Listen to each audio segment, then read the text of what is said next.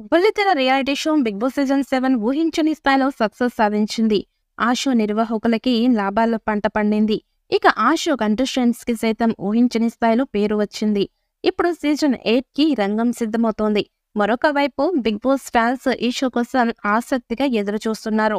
ఇక Bigg Boss show season 8 కి కూడా నాగార్జున గారి హోస్ట్ గా వ్యవహరించనున్నారని, హోస్ట్ విషయంలో ఎలాంటి మార్పులు ఉండబోదని బొగట్టా.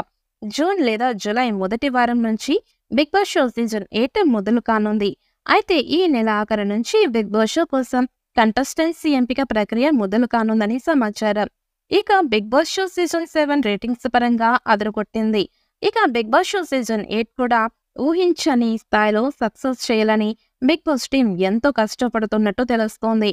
ఇక బిగ్ బాస్ షో తెలుగు అన్ని వర్గాల ప్రేక్షకులని మెప్పించే ఛాన్స్ ఉందని నెటిజన్స్ చెప్తున్నారు.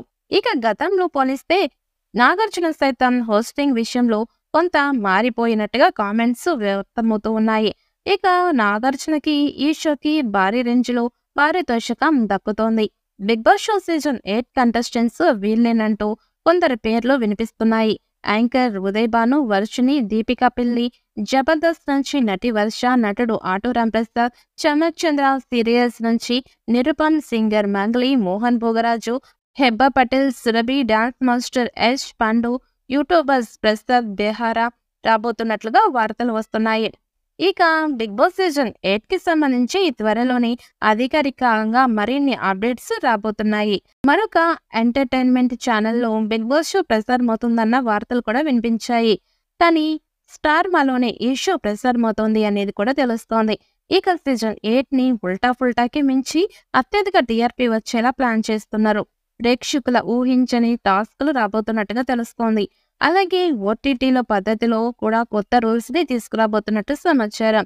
ఇక హౌస్ లో నామినేషన్స్ అలాగే ఎలిమినేషన్స్ ప్రక్రియ కూడా సరికొత్తగా ఉంటుంది అని తెలుస్తోంది. ప్రేక్షకుల ఊహకి అందకుండా షోని నడపబోతున్నట్లుగా సమాచారం. ఇప్పటికే హౌస్ సెట్ కూడా తయారు చేస్తున్నట్టుగా తెలుస్తోంది. ఇక సీజన్ 7 సూపర్ హిట్ కావడంతో సీజన్ 8 మీద భారీ అంచనాలు నెలకొని ఉన్నాయి.